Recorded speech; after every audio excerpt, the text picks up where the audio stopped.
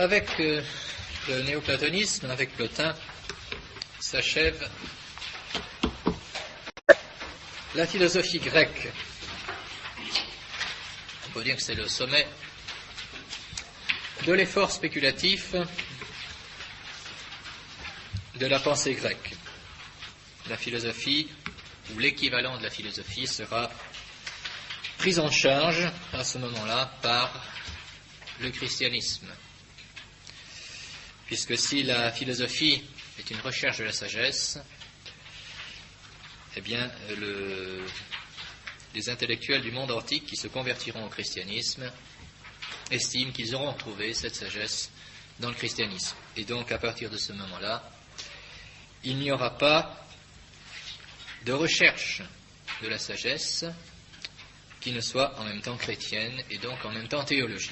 Et c'est ce que nous verrons dans l'examen de la philosophie chez les pères de l'Église, si toutefois nous devons parler de philosophie. Ce que nous devons conclure de la philosophie grecque, c'est que les grandes questions et les grandes thèses, les grands thèmes de la pensée ont déjà été traités. Plus ou moins parfaitement. Les grandes questions, les grands problèmes qui ne cesseront d'être présents ont déjà été traités.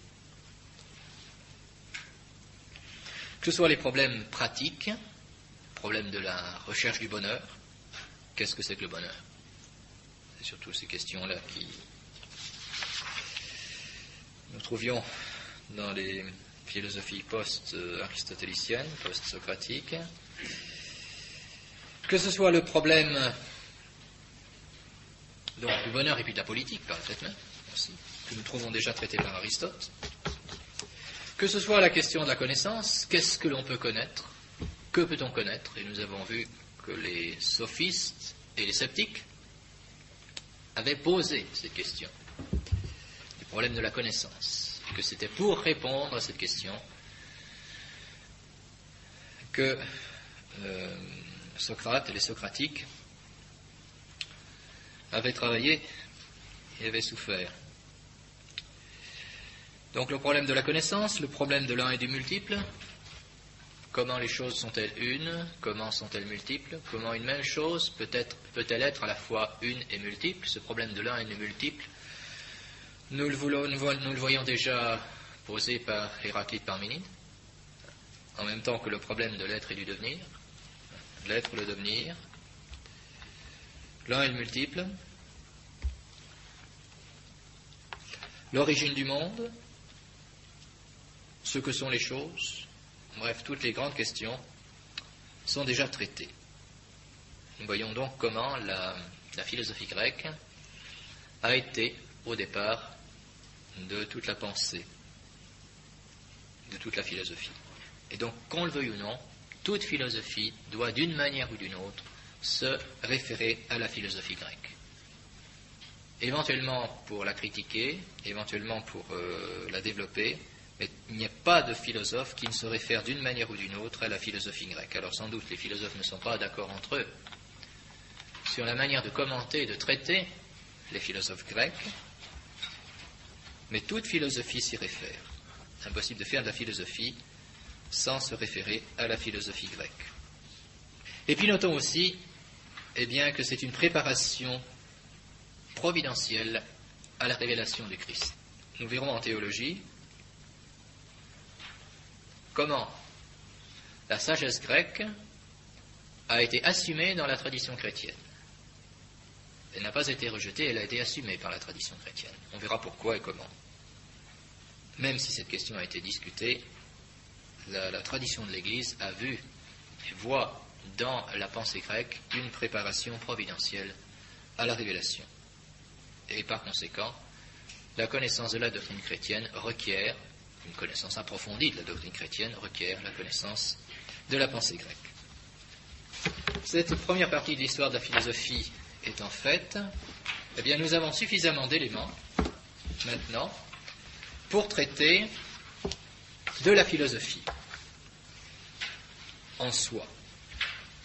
Donc il s'agit maintenant de nous élever de l'histoire, de la description de ces différentes philosophies jusqu'à l'essence même de la philosophie, ce que nous ne pouvons pas faire au départ. Si nous voulons être inductifs, si nous voulons partir de ce qui est, de ce qui existe, il ne nous était pas possible de traiter de la philosophie de manière abstraite, a priori. Avant de traiter de la philosophie, il fallait d'abord connaître les philosophes. Eh bien, c'est ce que nous avons fait avec les Grecs. Et à partir de cela, nous avons suffisamment d'éléments, même si nous ignorons encore la philosophie chrétienne, même si nous ignorons encore la philosophie moderne, nous avons suffisamment d'éléments pour traiter de la philosophie en général. Nous essaierons cette fois d'en donner une définition. Jusqu'à présent, au début, nous avions donné une définition de la philosophie, qui était une définition étymologique, une définition nominale, qui ne permettait pas d'aboutir, de la connaître en profondeur. Cette fois, nous allons essayer de donner une définition plus précise de la philosophie, une vraie définition. Nous traiterons des propriétés des philosophies et de ses rapports avec le sens commun. Alors, qu'est-ce que c'est que la philosophie? Comment peut-on la définir? De manière plus réelle, cette fois. Alors, il y a deux difficultés qui se présentent tout de suite, deux perplexités, deux difficultés qui rendent cette étude difficile. Eh bien, tout d'abord, c'est que la philosophie de la philosophie se rapporte à la philosophie elle-même. C'est une partie de la philosophie, vous voyez. C'est la différence avec les autres matières. Vous pouvez faire de la philosophie des mathématiques, vous pouvez faire de la philosophie des sciences, vous pouvez faire de la philosophie des arts. En faisant cela, vous faites de la philosophie. Donc vous sortez des mathématiques, vous sortez des arts, vous sortez de la science pour en faire la philosophie. Donc vous prenez un regard extérieur. Donc c'est possible. Le problème, c'est que nous ne pouvons pas nous élever au-dessus de la philosophie pour en faire la philosophie. Donc nous sommes déjà dans la matière que nous essayons de juger. Et qui plus est, cette philosophie de la philosophie se rapporte au sommet, comme on le pense bien, au sommet de la philosophie, puisque c'est la partie réflexive de la philosophie, c'est la partie de la philosophie qui réfléchit, qui s'étudie elle-même, c'est le terme de l'étude philosophique, et ce n'est pas le commencement. Donc pour bien faire la philosophie de la philosophie, il faudrait déjà avoir terminé la philosophie. Mais néanmoins, pour commencer la philosophie, il faut quand même en traiter. Donc la philosophie de la philosophie que nous donnons est forcément élémentaire, forcément introductive, mais la philosophie de la philosophie, de manière plénière, totale, doit se faire à la fin de la philosophie. Néanmoins, il faut commencer par en donner quelques éléments. Ça, c'est la première difficulté. La deuxième difficulté, c'est que vous avez vu, dans la philosophie grecque, la diversité des pensées. Vous avez vu que les philosophes grecs n'étaient pas d'accord entre eux. Alors, non seulement les philosophies grecques ne sont pas d'accord entre elles, mais en plus, elles portent sur des objets différents.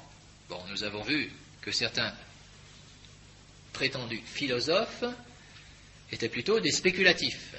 Ils s'appliquaient plutôt à rechercher les principes des choses.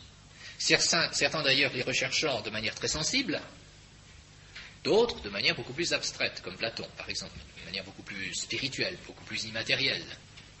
Alors que d'autres, au contraire, les physiciens, le recherchent dans les éléments sensibles. Alors est-ce que qu'est-ce que l'œuvre des physiciens peut avoir de commun avec Platon, par exemple? Vraiment deux recherches très différentes, deux démarches, deux points de vue totalement différents. Alors, est-ce qu'il y a vraiment quelque chose de commun entre ces deux, de manière qu'on puisse parler de philosophie dans les deux sens? Et par opposition, il y a aussi les philosophies pratiques, comme on le voyait chez les épicuriens, chez les stoïciens, philosophies qui ne s'intéressent pas, en définitive, au principe des choses, mais qui s'intéressent simplement à la recherche du bonheur. On appelle ça aussi de la philosophie. Est-ce que vraiment ça a quelque chose de commun avec la métaphysique, avec la recherche de l'être? Bon, c'est une question qu'on peut se poser. Voyez. Donc les philosophies sont très diverses, et les objets sont divers aussi. Les objets, les centres d'intérêt sont divers. Je vous attirer votre attention sur le fait qu'Aristote était vraiment un des rares philosophes qui ait vraiment traité de tout un ensemble de choses. Bon. D'autres ne l'ont pas fait. Alors est-ce qu'on peut regrouper tout cela sous le même terme de philosophie? Et alors cette perplexité Elle existe a fortiori si on prend en compte la philosophie moderne. Parce qu'on peut quand même voir dans la philosophie grecque une certaine unité, une certaine relation, bien que certains avaient pour philosophie le fait de refuser la philosophie. Mais alors si en plus on prend en compte la philosophie moderne, et surtout les philosophies contemporaines, l'existentialisme et autres, on range tout cela sous le nom de philosophie. On peut se demander si le mot a encore un sens. Alors essayons de voir. Bon, comme je vous le disais, à proprement parler, la définition de la philosophie elle-même se rapporte à la philosophie première. À la philosophie première, c'est-à-dire à la partie de la philosophie la plus élevée. Et il apparaît que c'est une réalité complexe. D'après tout ce que nous avons vu dans la philosophie grecque, et si vous avez entendu parler des philosophes modernes, vous pouvez le dire aussi, vous pouvez le reconnaître, on est bien obligé de reconnaître que la philosophie, c'est un domaine de la pensée humaine, mais qui est extrêmement divers, extrêmement complexe. Est-ce qu'on va pouvoir donner une définition? Est-ce qu'on va pouvoir dire des choses qui conviennent vraiment à tout? Alors nous allons essayer de rassembler un petit peu tout ce que nous savons et d'ordonner un peu tout cela. Mais de par cette diversité, nous pouvons déjà dire que le terme de philosophie sera un terme analogue. Sans vouloir ici vous donner un exposé de l'analogie, ce qui présupposerait toute une étude. Nous allons simplement considérer que le terme de philosophie ne peut pas avoir une signification absolument déterminée, univoque, disons. Chacun de ceux qui se disent, ou qui sont dits, philosophes, s'efforcent de se forger une philosophie propre et tout à fait personnelle, en rejetant les autres, bien souvent. Ce qui nous fait conduire à penser que le terme de philosophie serait purement équivoque. Et en conséquence, il ne pourrait y en avoir aucune science. Voyez. Si le mot de philosophie, si la philosophie est tellement diverse, que le mot de philosophie ne peut pas avoir le même sens, alors il est impossible de traiter de la philosophie en général. Parce qu'on ne sait pas de quoi on parle. Donc, dans un premier temps, nous sommes obligés de constater que les philosophies sont tellement diverses que le mot philosophie semble ne pas avoir le même sens. Alors, est-ce que le mot philosophie a le même sens chez Platon, chez Pythagore, chez les sophistes, chez les sceptiques, chez les philosophes modernes? On peut se le demander. Alors, si c'est un nom équivoque, eh bien, il nous faudrait renoncer à traiter de la philosophie parce que nous parlerions d'une chose qui n'existe pas. Bon. Mais néanmoins, quand même, on peut considérer que le terme de philosophie désigne un certain tout, désigne un ensemble de choses, un ensemble de pensées,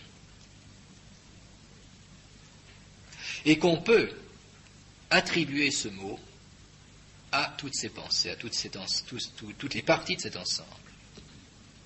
Ce sera encore à préciser, mais on peut quand même constater, et c'est ce que nous avions fait dans la toute première introduction, que le mot philosophie recouvre quand même certains attributs, certaines qualités qu'on retrouve un peu dans tout ce qu'on appelle philosophie.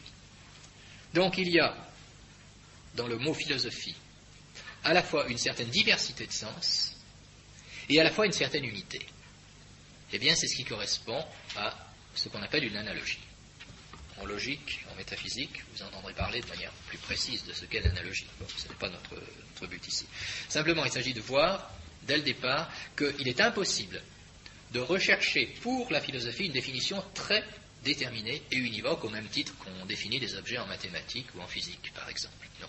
C'est quelque chose de trop divers pour qu'on puisse donner une définition précise, une définition parfaite. Mais néanmoins, il y a une certaine unité.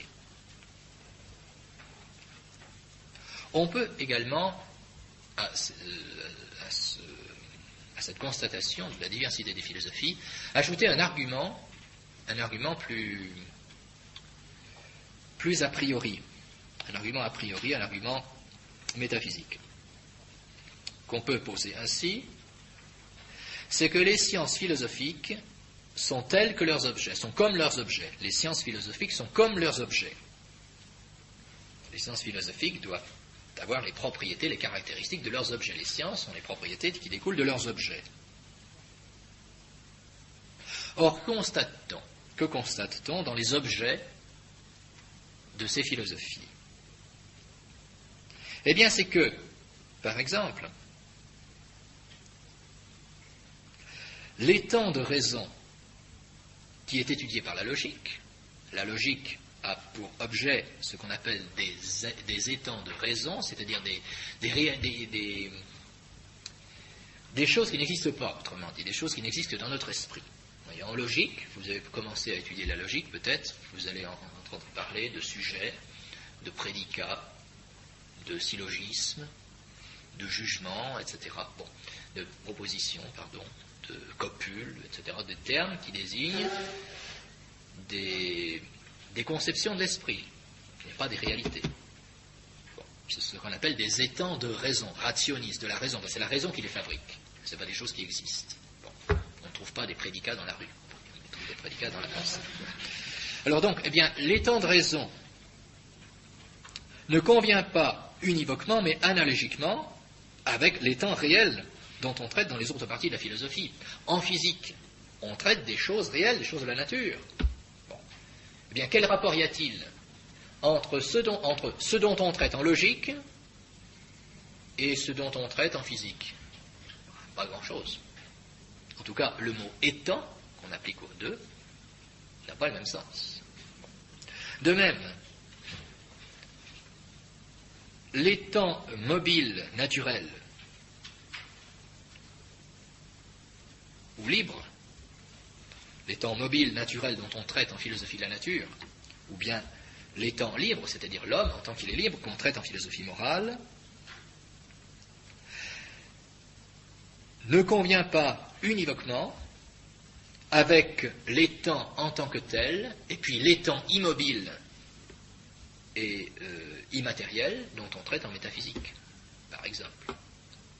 En métaphysique, vous l'apprendrez, on traite de l'étang en tant qu'il est, c'est-à-dire qu'on considère les choses en tant qu'elles sont, purement et simplement, rien d'autre. Bon.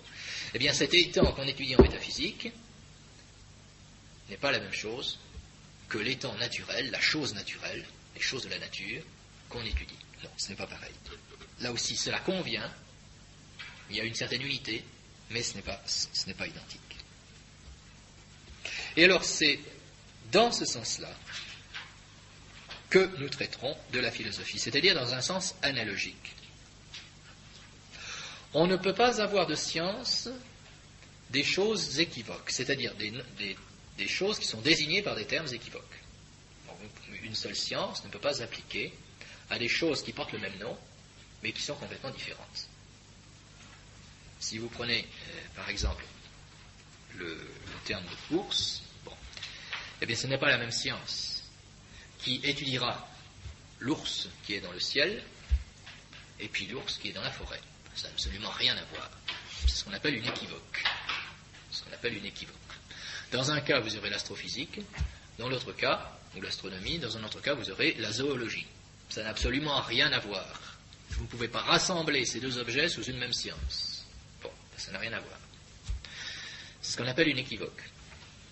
Lorsqu'au contraire il y a une analogie, ce qui est le cas de la philosophie, eh bien on peut penser qu'il y a une science qui peut étudier l'ensemble. Voilà.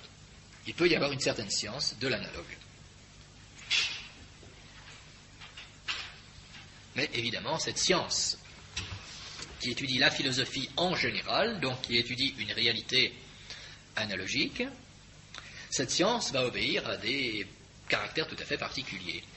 On n'étudie pas les analogues comme on étudie des objets très spécifiques, comme l'on fait par exemple en zoologie. Bon, la zoologie est une science tout à fait précise et qui a ses méthodes propres. Et son objet est univoque, c'est la vie animale. Tandis qu'au contraire, si nous faisons la philosophie de la philosophie, nous allons traiter d'une réalité multiforme, analogique, et donc qui sera vraiment très différente d'une science de l'univoque. Donc ne cherchons pas ici à procéder de manière mathématique, certainement pas. Il est propre aux analogues de ne pas pouvoir être définis strictement, mais seulement d'être décrits et expliqués par une certaine induction ou par une déduction vers leur signification. De sorte que si on demande quel est le genre et quelle est la différence, eh bien, nous le ferons par similitude avec les univoques. Je cite ici le Père Ramirez de Ipsa Philosophia. Si vous voulez étudier de manière profonde la philosophie de la philosophie, vous pouvez vous reporter aux 2 tomes du Père Ramirez.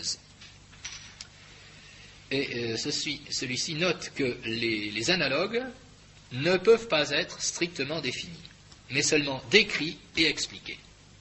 Donc nous savons d'avance que nous n'aurons pas une définition parfaite de la philosophie. Nous pourrons seulement décrire et expliquer la philosophie. Décrire et expliquer la philosophie. Et donc, si par hasard nous portons une définition, eh bien nous l'apporterons, nous aurons une définition qui aura un peu la même structure qu'une définition scientifique, mais qui ne sera pas une définition scientifique au sens d'une science univoque. Autrement dit, on ne va pas définir la philosophie comme on définit des objets mathématiques. Ce n'est pas possible. Nous ne pouvons pas définir la philosophie de manière stricte, c'est impossible, parce que c'est trop divers. Alors après, quand nous diviserons la philosophie, c'est-à-dire quand nous chercherons les différentes parties de la philosophie, alors chacune des parties de la philosophie pourra éventuellement être définie de manière précise. Mais si nous parlons de la philosophie dans son ensemble, nous savons d'avance que nous ne pourrons pas donner une définition précise. Je veux dire une définition univoque. Quand je dis pas de définition précise, je ne veux pas dire que nous allons parler pour ne rien dire, que nous allons nous livrer à des considérations pieuses ou métaphoriques ou littéraires, il ne s'agit pas de ça. Mais il faut savoir que notre détermination ne sera pas une détermination univoque, comme on fait dans les sciences mathématiques. En sciences mathématiques, il n'y a pas de difficulté. Les définitions sont tout à fait déterminées, tout à fait précises. Elles désignent des objets très précis. Pour parler de la philosophie en général, on sera obligé d'utiliser ce qu'on appelle l'analogie, c'est-à-dire des termes qui n'ont pas des significations complètement différentes, mais qui n'ont pas pour autant une signification absolument unique. Bon. Donc la philosophie, en général, est analogue. La philosophie, en général, est analogue. Il faut bien le considérer dès le départ. C'est très important de bien le saisir. Il ne faut pas réduire. Alors la tentation, c'est évidemment de réduire la philosophie à une de ses parties, et puis de laisser tomber les autres. Alors c'est d'ailleurs le tort de certains des philosophes de l'Antiquité, vous voyez. Ils voyaient un aspect de la réalité et pas le reste. On peut dire que par exemple les physiciens réduisaient la philosophie à la physique. Au contraire, Parménide réduisait la philosophie à la métaphysique. Bon. Alors bien souvent, et c'est ce qu'on trouve dans les manuels d'ailleurs, on réduit la philosophie à la philosophie première, c'est-à-dire à son sommet. Et on dit par exemple, eh bien, la philosophie, c'est la connaissance des choses par les causes les plus élevées. On dit ça. Donc ça, je ne vous donne pas cette définition précisément, je pense qu'elle est fausse. Bon. Mais vous trouvez ça dans les manuels. C'est la connaissance des choses par les causes les plus élevées. Bon, mais ça c'est vrai pour une partie de la philosophie. Mais ce n'est pas vrai pour toutes les parties de la philosophie. Donc c'est pas vrai. Lorsqu'on dit cela, on réduit la philosophie à sa partie la plus élevée. Au minimum, c'est imparfait. Au minimum, c'est insuffisant. Donc ne cherchons pas de définition au sens strict. On donnera des descriptions, des explications, ou des quasi-définitions, si vous préférez, des quasi-définitions comme des définitions, mais ce ne sont pas des définitions au sens strict. Alors nous allons chercher une définition imparfaite et descriptive, et bien sûr a posteriori. Toujours. Il ne faut pas toujours partir de la posteriori. Nous n'inventons pas la philosophie dans notre esprit, nous la découvrons à partir de ce que nous connaissons de l'histoire de la philosophie. Donc, nous allons chercher une définition qui sera forcément imparfaite et descriptive. Alors, nous pouvons partir de deux faits. Les actes de la philosophie, les actes du philosophe, les actes du philosophe ou la vie des philosophes, si vous préférez, la vie des philosophes en tant que philosophes, hein, leur vie privée, ça ne nous intéresse pas, hein, mais la vie des philosophes en tant qu'ils sont philosophes, ça c'est un premier point de départ. Un deuxième point de départ, ce sera de partir de la manière dont on acquiert la philosophie. C'est-à-dire, comment devient-on philosophe? Ce sera un deuxième point de départ. Deuxième point de départ.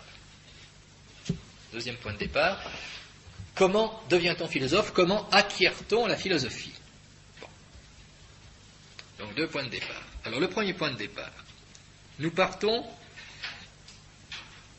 des actes propres ou de la vie des philosophes en tant que philosophes. Alors, je crois qu'on peut se mettre d'accord. Alors, ce n'est pas parfait, évidemment. Je dis c'est descriptif. Alors, si c'est descriptif, ça peut toujours être discuté. Mais il me semble qu'on peut se mettre d'accord sur cette définition. Et on pourrait le faire sous forme de dialogue. Je ne veux pas le faire pour ne pas trop nous allonger, mais je pense que ce ne serait pas de difficulté à comprendre. Que c'est une éminente contemplation. Une éminente contemplation des choses et des hommes,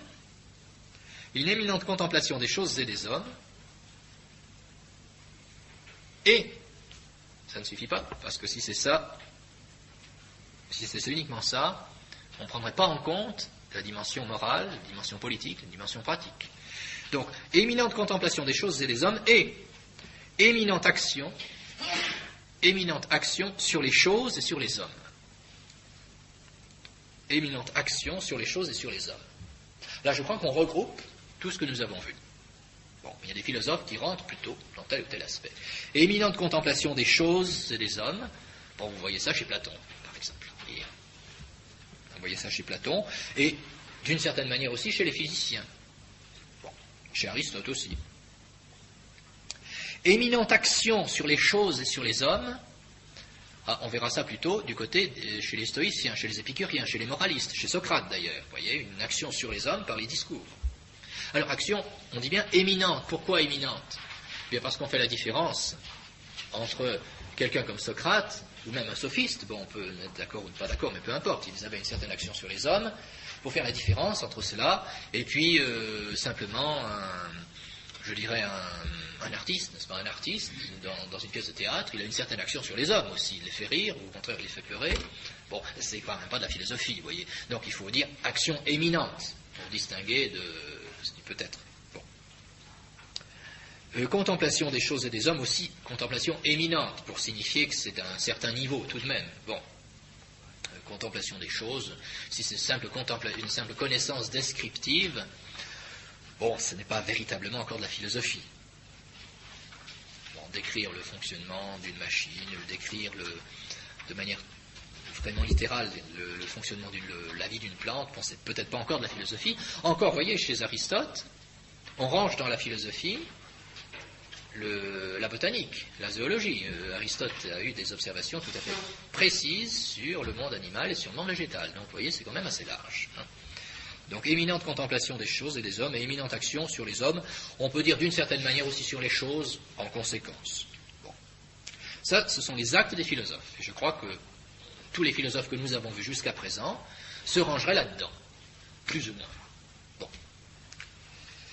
Une première approche, a posteriori, par les actes ou par la vie des philosophes.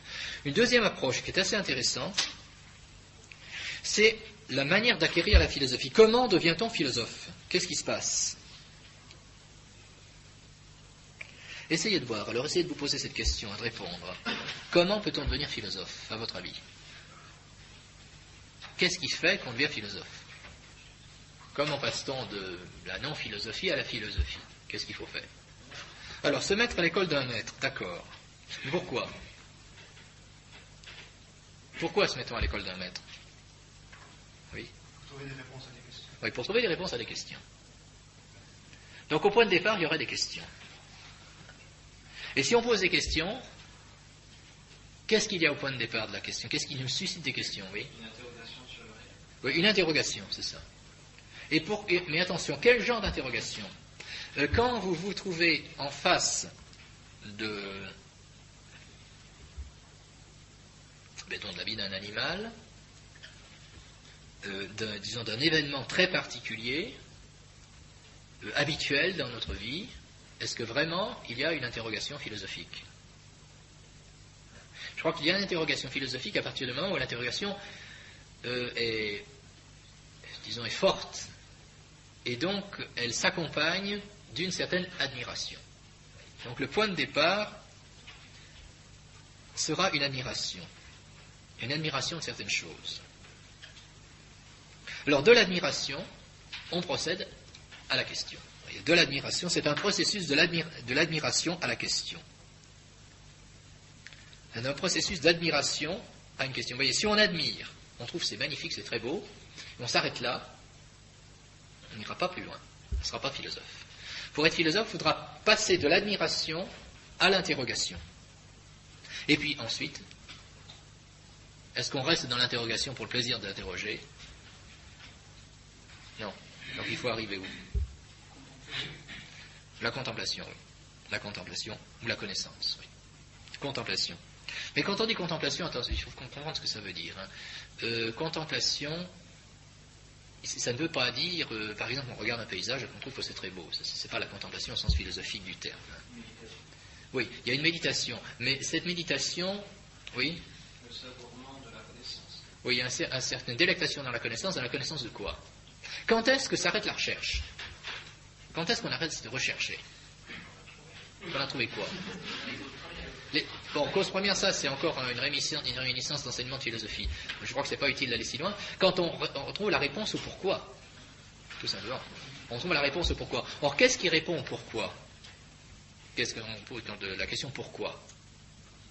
Le parce que, n'est-ce pas? Le parce que, exactement. Bon. Donc c'est un processus, en fait. C'est un processus de l'admiration vers la recherche et la connaissance du pourquoi. C'est de l'admiration à la recherche et à la connaissance du pourquoi.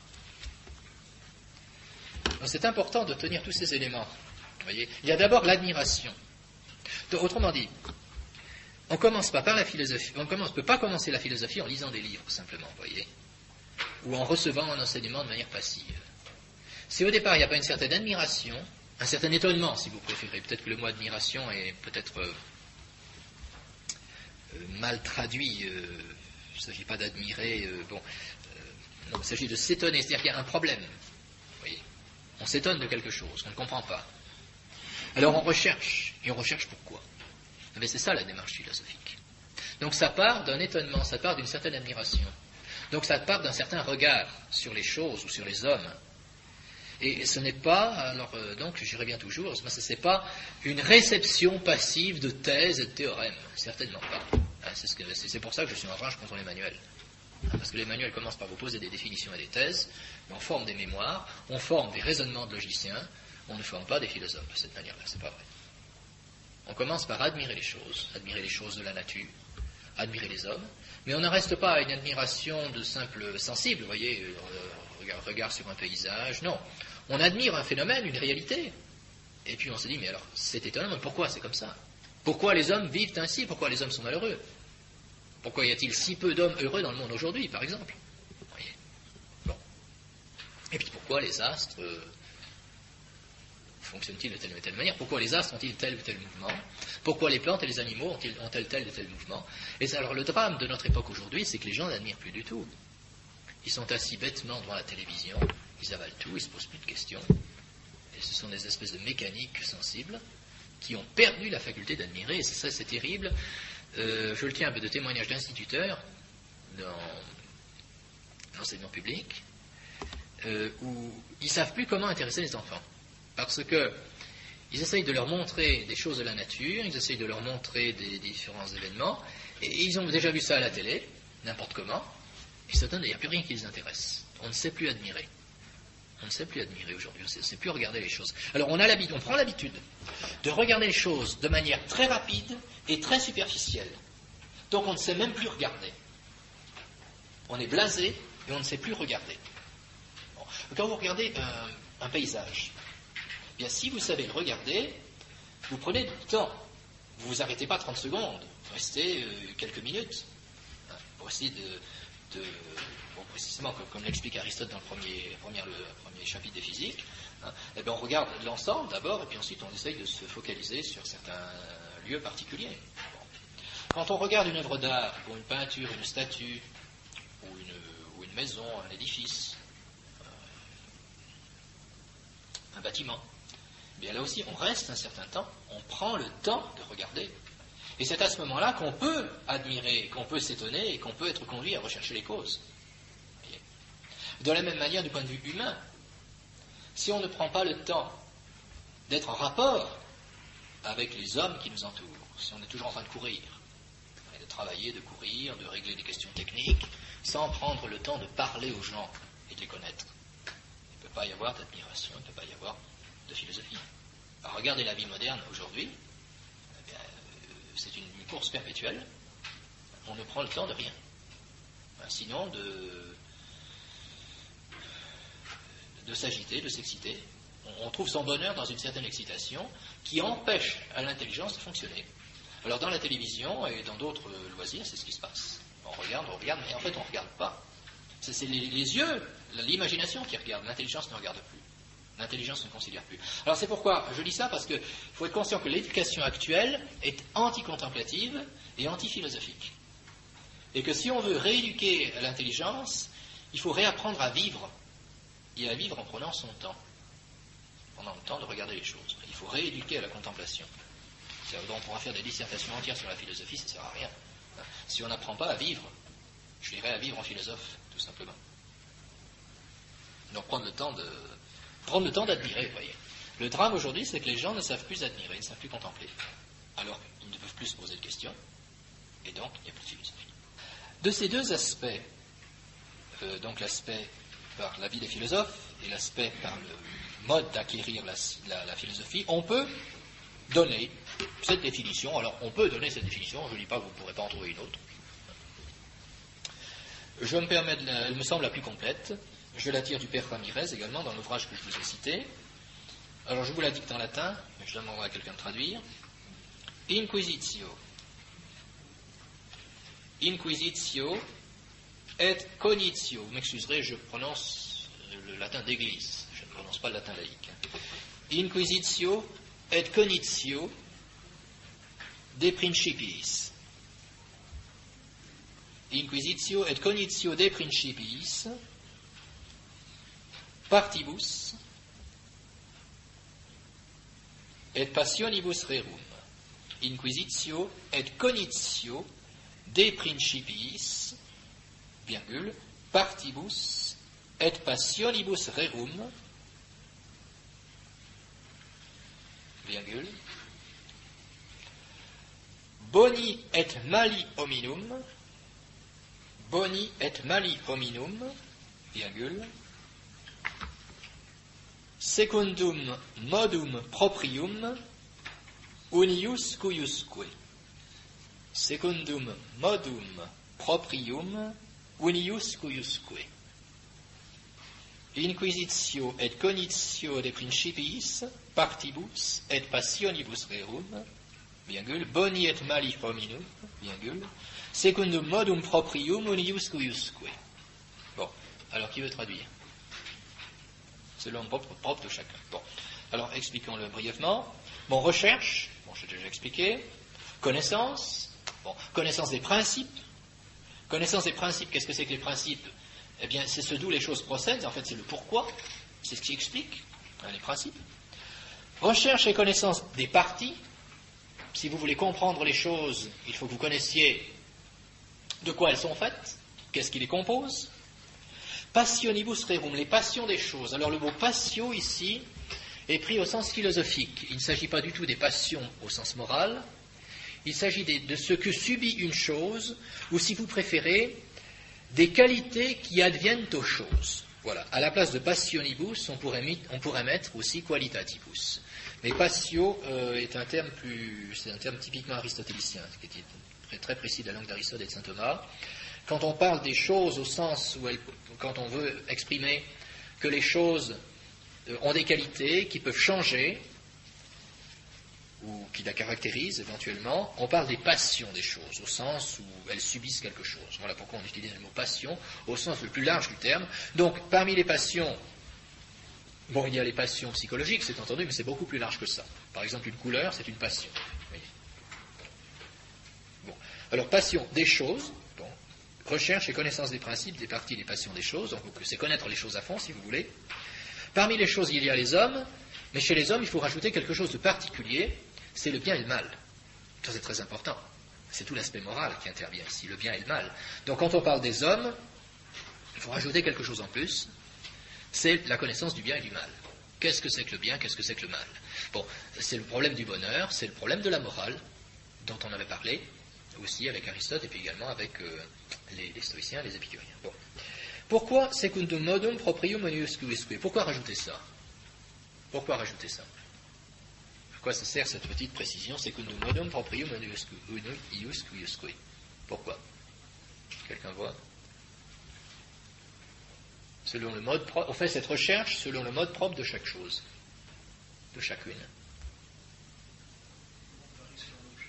Oui, le mode varie selon l'objet, c'est-à-dire que on ne va pas traiter de toutes les choses de la même manière. Bon. Si on s'appliquait aux choses de la nature et s'appliquer à la vie humaine, requiert des méthodes différentes. Si on veut traiter de la vie, on ne va pas traiter de la vie des hommes comme on traite de la vie des animaux et de la vie des plantes. C'est pas pareil. Le but est différent. D'abord, on traite de la vie des hommes parce qu'on cherche à être heureux, tandis qu'on traite de la vie des plantes et des animaux pour les connaître en soi. Bon. De même, on ne va pas traiter des choses sensibles comme les plantes et les animaux, comme on va traiter des grandes propriétés métaphysiques sur la substance, sur l'acte, sur la vie en général, sur Dieu, éventuellement. On verra que la philosophie doit porter sur Dieu aussi. Bon, on ne peut pas parler de Dieu comme on traite des plantes et des animaux. Les méthodes sont différentes. Les méthodes sont différentes. Les observations sont différentes. Quand vous êtes dans le domaine de la physique, de la nature, vous devez faire des observations. Bon, quand on traite des choses spirituelles, il n'y a pas d'expérience, il n'y a pas d'observation. Et bon, dans le domaine humain, par exemple, il y a aussi des expériences dans le domaine humain. Mais l'expérience qu'on fait avec les pierres, par exemple, ou avec les choses de la nature, c'est pas du tout la même chose que l'expérience qu'on fait avec les hommes. D'abord, les expériences humaines, ne se font pas de la même manière, elles peuvent coûter très cher. Hein. Il y a quand même un sens moral qui nous interdit de faire n'importe quelle expérience. Hein. Et puis, le résultat des expériences humaines advient après plusieurs années, éventuellement. Bon, supposons qu'on veuille faire une expérience dans une société pour savoir si tel mode de famille convient ou pas. On risque d'avoir les conséquences, bien peut-être au bout de au bout d'une génération, peut-être, voyez. Et puis c'est des conséquences qui peuvent entraîner même la perte de la philosophie, voyez. Bon, alors, vous voyez, les expériences ne se font pas de la même manière. Les modes d'observation ne sont pas les mêmes. Les raisonnements ne sont pas les mêmes. Hein. Quand on raisonne dans des choses extrêmement abstraites, extrêmement immatérielles, on est dans un domaine nécessaire, difficile à saisir sans doute, mais nécessaire, qui ne peut pas changer. Quand on traite de la vie humaine, on est bien obligé de reconnaître que, par exemple, les sociétés sont très, très diverses. Si vous regardez les sociétés de l'Antiquité, les sociétés au Moyen-Âge, les sociétés aujourd'hui, vous voyez que les sociétés sont très différentes. Il y a des changements considérables, tandis que les lois de la nature, elles n'ont pas changé. Bon, si vous observez, je pense, une vigne pendant 1 an, vous savez tout. Hein. Tandis que si vous observez la vie d'un homme, pendant 1 an, vous ne savez pas grand-chose, hein, parce que vous verrez que les autres hommes ne vivent pas forcément comme lui. Voyez, donc chaque partie de la philosophie va avoir des méthodes qui sont propres, et alors le grand danger, c'est bien sûr de vouloir appliquer la même manière de faire pour toutes les parties de la philosophie. Alors il peut y avoir différents défauts. Vous avez des gens qui seront des empiriques, purement empiriques, qui voudront uniquement faire des expériences sensibles et qui prêteront traiter de tout à partir du sensible. D'autres, au contraire, qui risquent d'être trop abstraits, d'avoir des systèmes intellectuels implacables qui vont essayer de plaquer sur la réalité sensible et sur la réalité humaine. Vous voyez.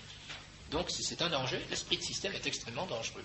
Un des défauts qu'on peut dénoncer à ce propos, c'est par exemple le cartésianisme, vous voyez, qui veut tout traiter more géométrico. Pour que Descartes, la science modèle, c'est la science mathématique.